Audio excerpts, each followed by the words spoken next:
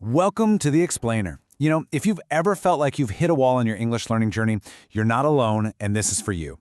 Today, we're going to break down the most powerful hands-on fluency techniques from some of the best learning podcasts out there. We're turning it all into a simple, step-by-step guide you can literally start using the second this is over.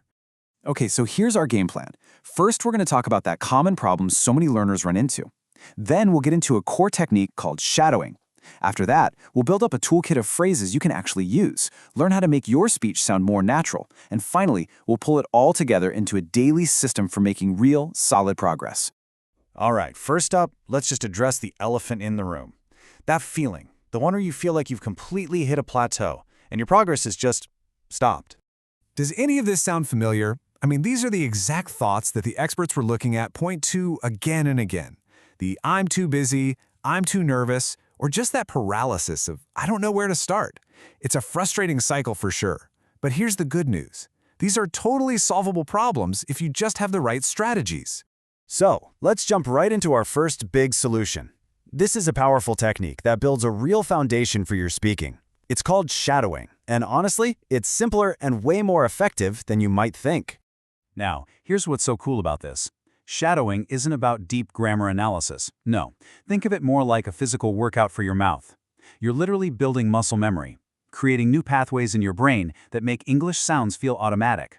It's kind of like learning the dance steps before you try to invent your own moves. And getting started really is this simple. It's a three-step process. You listen, you repeat, and you focus on copying the music of the language, the rhythm, the ups and downs. You can do this with a podcast, a clip from a movie, pretty much anything. And get this, even just 5 minutes a day can start making your speech smoother and way more natural sounding.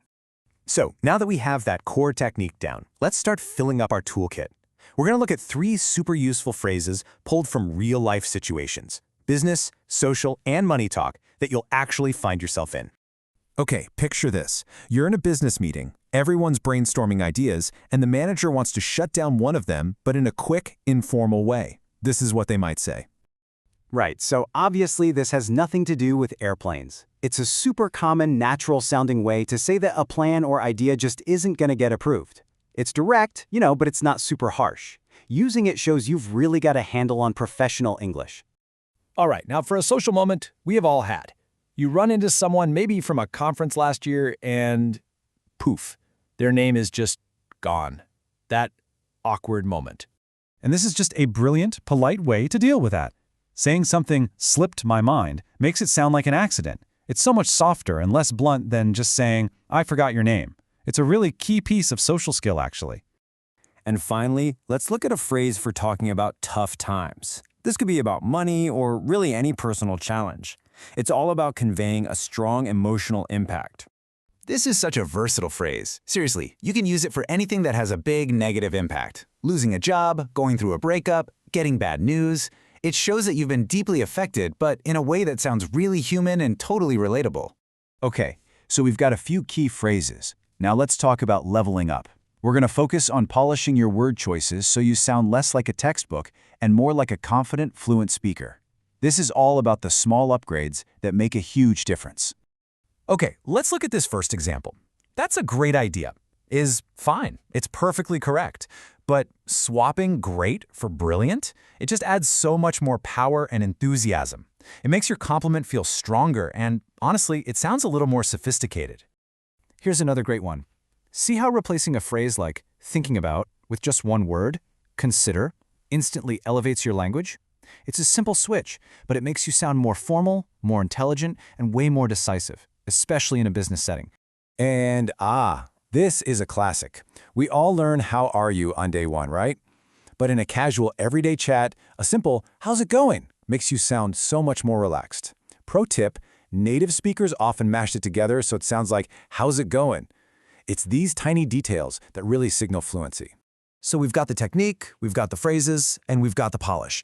But here comes the most important part, because none of that stuff matters without consistency. So how do we build this into a daily habit we don't even have to think about? Let's break down the system. The big idea here is to weave English into your actual life, not treat it like some boring chore. And these 5 life hacks are brilliant for that. First, change your phone's language. Boom, effortless vocabulary. Second, Write a tiny 3-sentence diary. This forces you to use your words. Third, record a 1-minute voice memo just talking about your day. It's private speaking practice. Fourth, find an online group so you can actually use your English with people. And finally, watch short videos and do that shadowing technique we talked about.